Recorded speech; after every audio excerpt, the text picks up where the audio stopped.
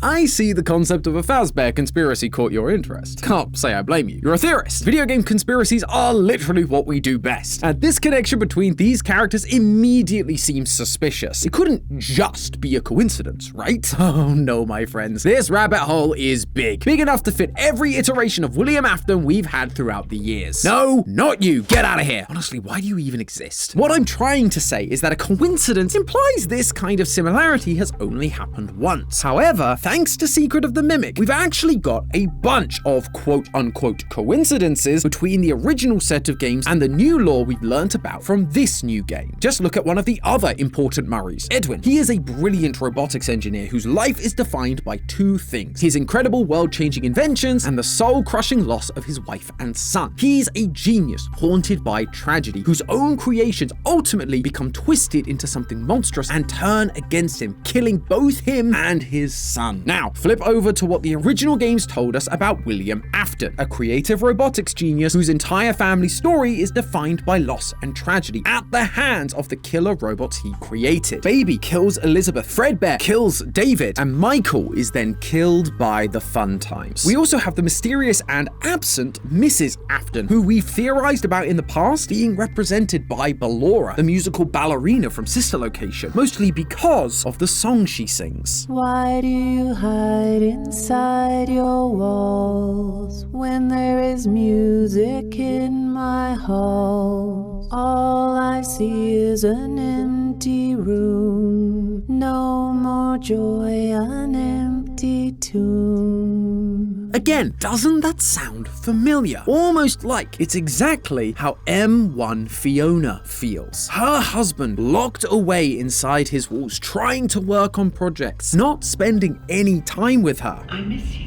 All with the room of their dead child laying empty, waiting to be filled by M2. But wait, there's more! There's the old house on the hill with a secret underground workshop, the Murray house above MCM and the Afton house above Sister Location. There's a robot designed to be a babysitter that essentially fails at their duty. Security Puppet was designed to protect Charlie, yet she dies, and M1 Fiona, who was designed to protect David, and yet he also dies on her watch. There's the burning down of a facility, but the main villain survives it. There's mysterious molten metal that works as a kind of power supply for the machines created, giving them life, as it were. You have the primary villains of the franchise, Afton and M1 Fiona, wanting to put their children back together, and there's then the wonderful and ever underutilized Baby, who gained sentience after the accidental death of William Afton's daughter, Elizabeth. William then rejects her, banishing her to a secret underground lair he built beneath the house. A near beat for beat parallel of M2's story of rejection from Edwin. I could go on, but I think you get the point. The number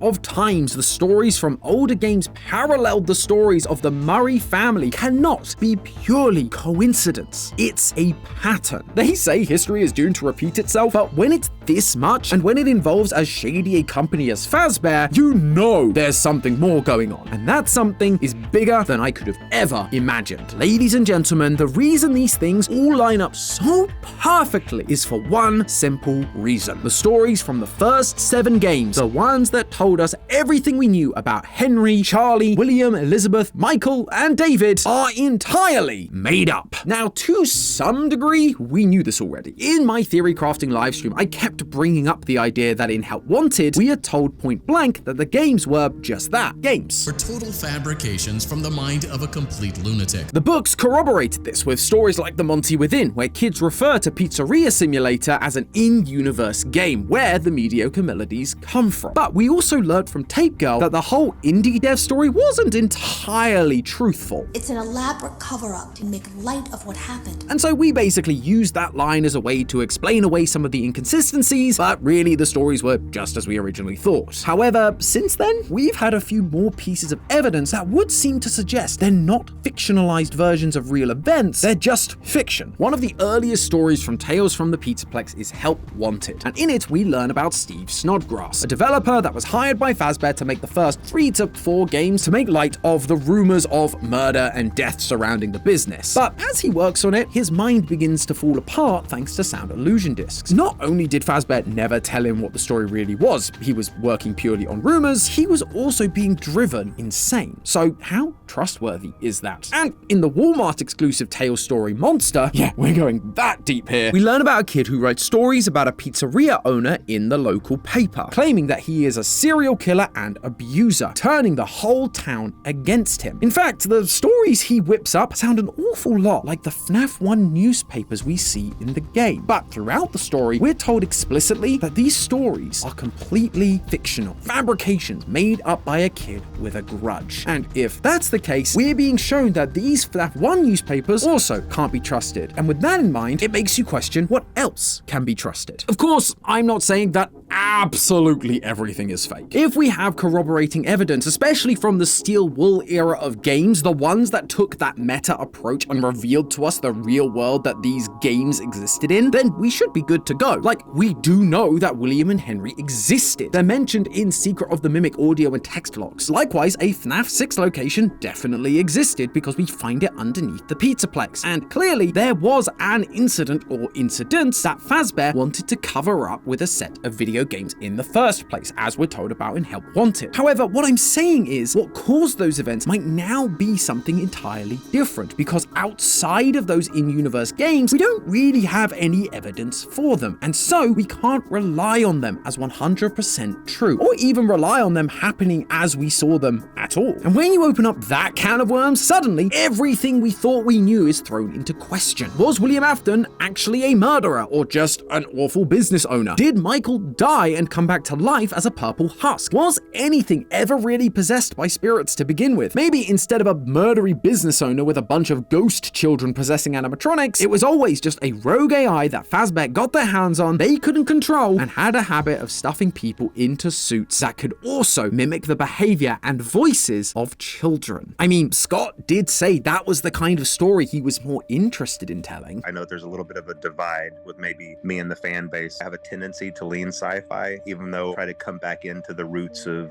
the supernatural. So anything that involves possession of AI or possession of machines or circuitry, I love that sort of thing. That would be an absolute PR nightmare. In fact, it would have been more than a nightmare. It would have been the PR apocalypse. Admitting to the world, oh yeah, our proprietary self-learning AI has absorbed the trauma of its creator, developed a violent streak, and has now started stuffing customers into animatronic suits. We don't know how to stop it, and we are liable for all of it. That would be the end of the company. But if you had a scapegoat, like a jerk boss who happened to die on the premises in one of their faulty spring-lock suits, oh yeah, it was totally him. Our founder was secretly a monster. We all knew he was a jerk, but we didn't think he'd go this far. He did everything, but it's over now. The monster's gone. Case closed. And things like FNAF 6. Was it a gathering of ghosts, or was it a corporate cleanup? A recall, where Fazbear did what it could to contain their rogue AI, sending something like a recall signal, or a specific frequency or data packet that would force any machine running the Mimic program to be drawn to one location. And that famous speech, it isn't a heartfelt eulogy, it's Fazbear cementing Afton's role as the fictional villain, putting a final neat bow on their scapegoat, with the real fire probably just being a calculated attempt to destroy all the evidence of their rogue AI. And for a while, they probably thought they succeeded. And so they built the Pizzaplex on top of the old establishment, only to reintroduce the Mimic via some old circuit boards. William Afton, his family, their story was created to turn Fazbear's failure in stopping the mechanical mess they adopted into a spoopy ghost story. And not only did they rewrite Afton's history, but to be sure that people wouldn't trace it back to their acquisition of Murray's Costume Manor and Edwin's Mimic, they took parts of Edwin's story and planted it onto their founders. Fiona was a puppeteer, and so M1 was translated into a puppet created by Henry to protect his child. One of the most traumatic events of Edwin's life, the death of his son, became the death of Afton's son, the Bite of 83. The echoes of M1's Fiona's grief over her lack of connection with Edwin after the death of their son turned into a verse from a video game, A Ghost's Lament. One of M1's final messages to Edwin: "It is me,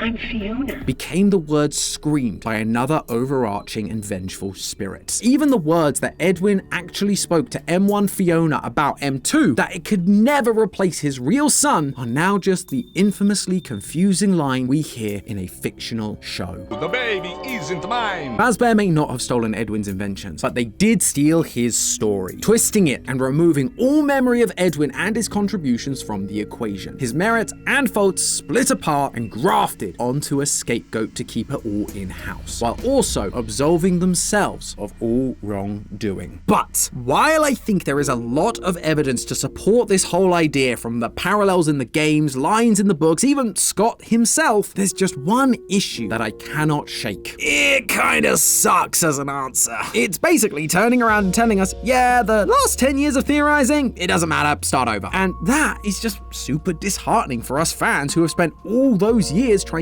desperately to take small pieces of the puzzle and put them together in such a way that we create a cohesive story. We've spent 10 years building up our ideas of Afton, of Henry, of the crying child, only for this idea to essentially flush them down the drain. It's one of the reasons why some of the early reactions to Secret of the Mimic's lore were so angry and frustrated, because Secret of the Mimic's whole thing was revealing to all of us that we didn't really know the truth about what was going on, even though we thought we did. It was revealing information we basically had no way of knowing until very recently, which is tough compared to the quote good old days, where even though solving FNAF was hard, it felt like the pieces were all there for us to use, rather than key information being withheld for the sake of a twist. And this theory would kind of just perpetuate that idea. It would also make theorizing incredibly challenging going forward, at least more than it already is. We can speculate about how some elements might fit together, as I've done a little bit today, but it's just that, speculation, because we don't have any sense of how much those old games can even be used as evidence. I'm sure a bunch of you out there hate this idea. Heck, I don't really like it either. We here at Theorist have been big proponents of Scott rebooting the franchise and its story for quite some time. This, however, wasn't what we meant. But there is some hope, because this, like every video, is a theory. And if Secret of the Mimic taught us anything, it's that we don't have all the pieces of the puzzle at this point. All we can do is interpret what we have as best we can, and that can be done in a couple of different ways, like we've done with today's theory. If this ending isn't up your Bonnie bowling alley, you can always go and check out the other ending for today's theory that is a little more on the keep everything canon side. At the end of the day, the important thing is that we are open-handed, be willing to explore all the avenues and work together, because that is how we solve this weird and wonderful franchise. And right now, I'm going to be doing just that by going live with John FNAF, Rytos, ID's Fantasy, Hyperdroid, and Dorko to talk about all of these interpretations and more. So come by, say hi, and in the meantime, remember, it's all just a theory. A game theory! Thanks for watching.